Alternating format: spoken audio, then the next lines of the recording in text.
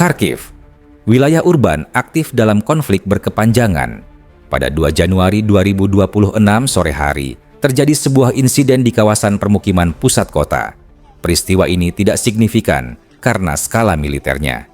Ia signifikan karena lokasinya, bukan garis depan, bukan zona pertempuran terbuka, melainkan ruang sipil yang berfungsi normal hingga saat kejadian. Bagi analis dan pengamat, pertanyaan kunci bukan siapa yang lebih dulu menyampaikan klaim. Pertanyaannya adalah bagaimana konfigurasi konflik memungkinkan dampak seperti ini terjadi. Insiden Kharkiv mencerminkan karakter perang modern. Perang yang bergerak ke dalam kota, ke dalam infrastruktur sipil, ke dalam kehidupan non-kombatan. Apapun penyebab teknisnya, insiden ini menyoroti tumpang tindih antara ruang militer dan ruang sipil. Isu struktural, bukan emosional. Analisis ini berangkat dari konteks tersebut. Tenang, terukur, berbasis realitas lapangan.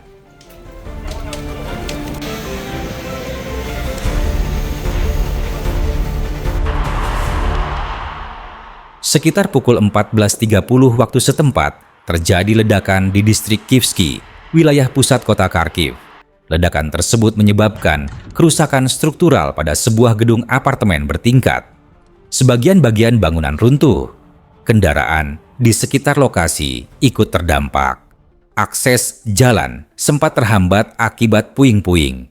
Lingkungan sekitar mengalami gangguan aktivitas secara mendadak. Tim penyelamat dan tenaga medis dikerahkan segera. Evakuasi dilakukan secara bertahap. Korban luka dipindahkan ke fasilitas kesehatan terdekat. Laporan awal menyebutkan lebih dari 20 warga sipil mengalami cedera, termasuk seorang bayi berusia 6 bulan. Beberapa korban membutuhkan perawatan intensif.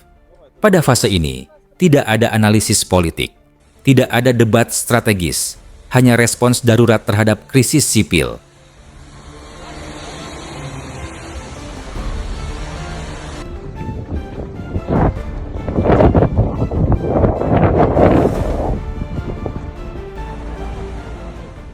Beberapa jam setelah kejadian, narasi mulai terbentuk. Pihak Ukraina menyatakan insiden tersebut sebagai akibat serangan Rusia. Pernyataan ini disampaikan melalui kanal resmi dan media nasional. Pihak Rusia membantah klaim tersebut. Moskow menyebut kemungkinan terjadinya ledakan amunisi internal di wilayah Ukraina. Hingga saat ini, belum terdapat verifikasi independen yang dapat memastikan penyebab teknis secara definitif. Dalam konflik aktif, perbedaan klaim semacam ini bukan anomali. Ia merupakan pola. Yang perlu dicatat adalah satu hal. Perbedaan narasi tidak mengubah dampak di lapangan. Warga sipil tetap menanggung konsekuensi.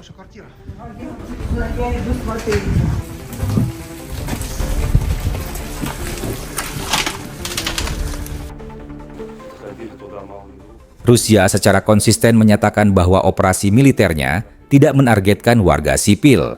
Menurut pernyataan resmi, fokus operasi diarahkan pada sasaran strategis militer. Dalam konteks insiden Kharkiv, Rusia menekankan kemungkinan ledakan amunisi internal.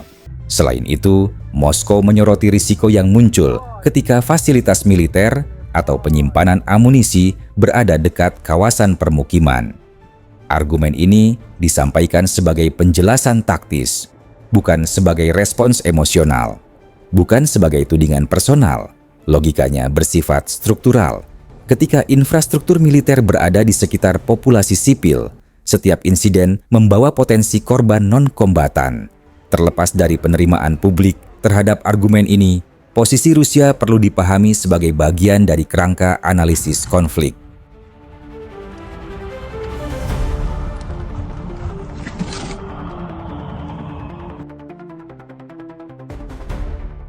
Insiden Kharkiv membuka ruang analisis yang lebih luas. Konflik modern semakin jarang terjadi di medan terbuka. Ia berlangsung di sekitar kota, di sekitar pusat logistik, di sekitar pemukiman warga. Dalam konfigurasi seperti ini, risiko terbesar tidak selalu ditanggung oleh unit tempur, melainkan oleh warga sipil. Baik serangan eksternal maupun insiden internal dampaknya menjadi serupa ketika terjadi di area padat penduduk. Analisis ini tidak berfokus pada atribusi cepat. Fokusnya adalah manajemen risiko.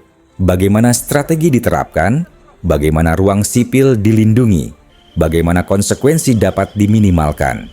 Ini bukan soal menyalahkan, ini soal evaluasi.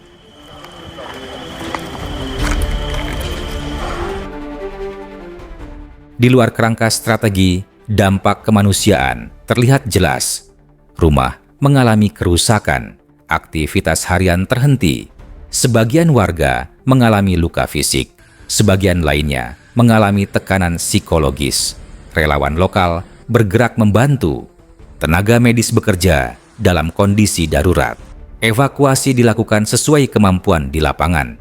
Tidak ada heroisme berlebihan, tidak ada narasi dramatis. Yang ada hanyalah respons masyarakat terhadap gangguan mendadak pada kehidupan sipil.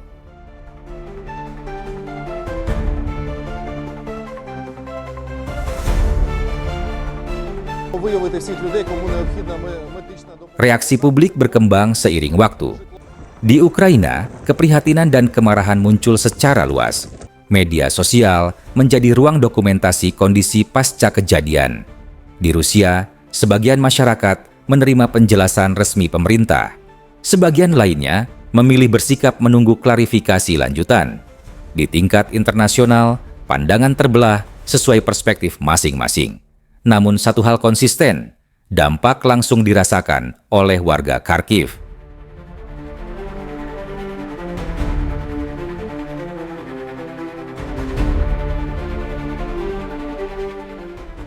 Kharkiv adalah sebuah kota, bukan simbol politik, bukan instrumen narasi.